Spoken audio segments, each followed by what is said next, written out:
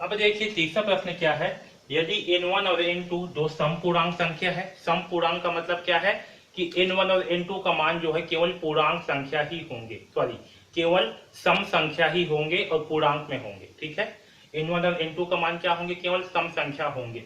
तथा k1 और k2 कोई दो पूर्णांक है। k1 और k2 क्या है, दो पूर्णांक है। पूर्णांक का मतलब क्या है, वो सम भी हो सकती है और विषम भी हो सकती है।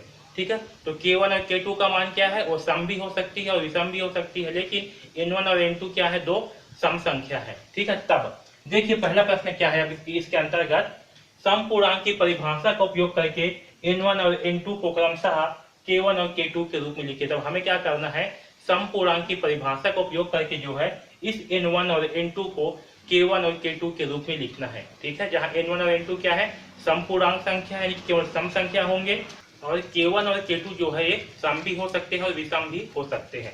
ठीक है, तो हमें क्या करना है, n1 के मान को k1 और k2 के रूप में लिखना है। तो हम k1 और k2 को कैसे लिखें कि हमें सम संख्या प्राप्त हो, ये जो है हमें लिखना है। ओके, तो देखिए इसे हल करते हैं। तो n1 और n2 क्या है, समपूर्णांक संख्या जो कि दिया हुआ है, और k1 और k2 क्या है, पूर्णांक संख्या है। ठीक है, तब समपूर्णांक की परिभाषा से समपूर्णांक यानी कि क्या, जो केवल पूर्णांक संख्या ही प्राप्त हो। तो देखिए n1 का मान क्या होगा, n1 का मान हम लिखेंगे 2k1। क्या लिखेंगे, n1 को 2k1 के रूप में लिखेंगे, क्योंकि अगर 2k1 किए और k क्या है, एक पूर्णांक संख्या है, तो अगर k का मान हम कुछ भी रखेंगे, ठीक है, यहाँ 2k1 है, यहाँ पास k का मान हम कुछ भी रखेंगे, जैसे कि k का मान रखे 0, तो हमें क्या प्राप्त होगा, 0, जो कि क्या है, पूर्णांक संख्या है। k का मान रखेंगे 1, तो हमें क्या प्राप्त होगा, 2, जो कि क्या है, पूर्णांक संख्या। तो इसी k का मान हम कुछ भी रखेंगे, क्योंकि k क्या है, एक पूर्णांक संख्या, तो हमें अब क्या प्राप्त होगा, हमें जो है एक सम संख्या प्राप्त होगा। ओके, यानी कि जो 2k1 है क्या होगा, आपका n1 के बराबर है। ठीक है, तो हम जो है इस n1 को 2k1 के रूप में लिखेंगे। इसी प्रकार से n2 को जो है 2k2 के रूप में लिखेंगे। क्या क्या करेंगे, n2 को जो है 2k2 के रूप में लिखेंगे, जहाँ k2 भी क्या है, एक पूर्णांक संख्या है। ठीक आया समझ में। तो इस प्रकार से हम इस पहला प्रश्न को हल करेंगे। तो क्या होगा, n1 का मान 2k1 होगा और n2 का मान 2k2 होगा। ठीक है, इसे आप नोट कर लीजिए, क्योंकि इसी से संबंधित जो है अगला प्रश्न है। अब देखिए इसी तीसरा में ही दूसरा प्रश्न क्या है, गुणा n1 और n2 को k1 और k2 के रूप में लिखिए। जहां n1 और n2 क्या है, ये दो जो है समपूर्णांक है, और k1 k2 जो है पूर्णांक संख्या है। तो हमें क्या करना है, n1 और n2 को गुणा के रूप में लिखना है, n1 और n2 को k1 और k2 के गुणा के रूप में लिखना है।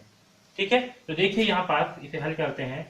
हमें n1 को क्या लिखेंगे, हम n1 को जो है समपूर्णांक रूप में जब लिखना होगा तो लिखेंगे k2k1। उसी प्रकार से n2 को जब हमें समपूर्णांक रूप में लिखना होगा तो हम क्या लिखेंगे, 2k2। ठीक है, अब इसे जो है गुणक रूप में लिखना है, यानी कि n1 इंटू n2। तो क्या होगा, ये n1 इंटू n2 बराबर, यानी कि यहाँ होगा 2k1 इंटू 2k2।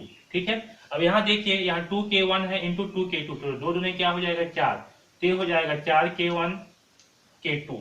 ठीक है, तो n1 इंटू n2 को हम गुणक रूप में कैसे लिखेंगे, तो इस प्रकार से जो है इसे गुणक के रूप में लिखेंगे। आया समझ में।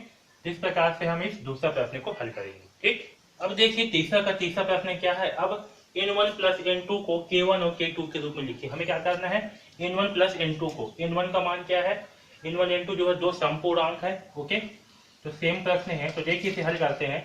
n1 प्लस n2 को क्या करना है, हमें k1 प्लस k2 के रूप में लिखना है। देखिए n1 का मान क्या है, n1 का मान है 2k1, n2 का मान है 2k2।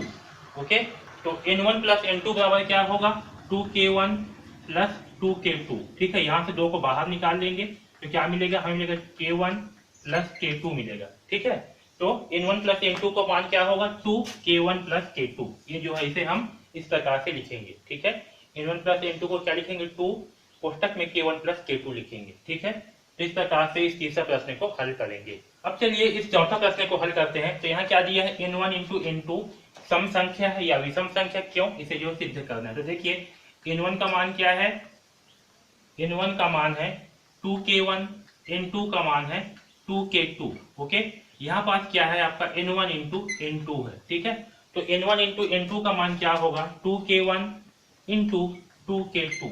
ठीक है, तो यहाँ से क्या होगा, यहाँ से होगा 2 दूनी 4, ये आपका k1 है, तो k1 इंटू k2।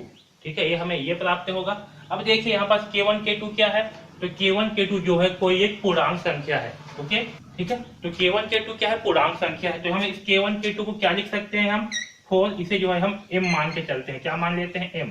तो ये हो जाएगा 4m। ठीक है, यहाँ पास k1 इंटू k2 को हमने क्या मान लिया, m। ठीक है, इसे जो है मान लिया, और जहाँ m क्या है, m जो है एक पूर्णांक संख्या है। ठीक है, क्या है, एक पूर्णांक संख्या है। ठीक है, तो अगर हम इसके स्थान पे जो है m के स्थान पे कोई भी पूर्णांक संख्या रखेंगे तो हमें क्या मान प्राप्त होगा। देखिए, अगर हम m के स्थान पे रखते हैं 0 तो हमें क्या प्राप्त होगा, 4 इंटू 0 यानी कि 0। अगर m के स्थान पे रखते हैं 1 तो हमें क्या प्राप्त होगा, 4 इंटू 1 यानी कि 4। m के स्थान पे रखते हैं 2 तो हमें क्या प्राप्त होगा, 4 इंटू 2 यानी कि 8। यानी कि हम कुछ भी रखें हमें क्या प्राप्त होगा, एक सम संख्या ही प्राप्त होगा। इसका मतलब क्या है कि n1 इंटू n2 क्या होगा, सम संख्या है या विषम। तो n1 इंटू n2 का मान क्या होगा, n1 इंटू n2 का मान क्या होगा, एक सम संख्या होगा। क्या होगा, सम संख्या होगा। ठीक, आया समझ में। तो आपको लिखना पड़ेगा कि यहाँ पास क्या है, k1 इंटू k2 सम संख्या होगा, क्योंकि k1 इंटू k2 क्या है, एक k1 इंटू k2 पूर्णांक संख्या है। ठीक है, पूर्णांक संख्या है। ठीक, इसलिए k1 इंटू k2 क्या होगा, एक पूर्णांक संख्या, इसलिए n1 इंटू n2 क्या होगा, एक सम संख्या होगी। ठीक, आया समझ में। इस प्रकार से हम इस तीसरा का चौथा प्रश्न को हल करेंगे। अब देखिए, इसका पांचवा प्रश्न क्या है, n1 प्लस n2 सम संख्या या विषम। क्यों, देखिए, तो n1 का मान क्या है, n1 का मान है 2k1, n2 का मान है 2k2। ओके, तो यहाँ से n1 प्लस n2 बराबर क्या होगा, 2k1 प्लस 2k2। ठीक है, तो यहाँ से 2 को हम कॉमन निकाल लेंगे तो होगा k1 प्लस k2। ठीक है, जहाँ k1 k2 क्या है, पूर्णांक संख्या, यानी कि हम इसका मान कोई भी रखेंगे। ठीक है, तो देखिए यहाँ पर जो k1 प्लस k2 है, क्या है, पूर्णांक संख्या है, इसलिए n1 प्लस n2 क्या होगी, सम संख्या होगी। अब देखिए कैसे हम k1 और k2 को जो है, k1 प्लस k2 को इसे मान के चलते हैं, क्या है, n है, क्या है, n। ठीक है, तो यहाँ से n1 प्लस n2 बराबर क्या होगा, 2n। अब n का मान हम कोई भी पूर्णांक संख्या रखेंगे, जैसे कि रख दिए 0, तो 2 इंटू 0 का मान क्या आएगा, 2। 2 इंटू अगर 1 रख दिए n का मान तो क्या प्राप्त होगा हमें, सॉरी यहाँ 0 आएगा। अगर n का मान रख दिए 1 तो 2 एकम 2, n का मान रख दिए 2 तो प्राप्त होगा 4, n का मान रख दिए 3 तो प्राप्त होगा 6। ठीक है, तो हमें क्या प्राप्त हो रहा है, एक सम संख्या प्राप्त हो रही है। यानी कि अगर k1 और k2 क्या है, पूर्णांक संख्या है, इसलिए n1 प्लस n2 क्या होगी, एक सम संख्या होगी। आया समझ में। इस प्रकार से हम इस पांचवें प्रश्न को हल करेंगे। ठीक।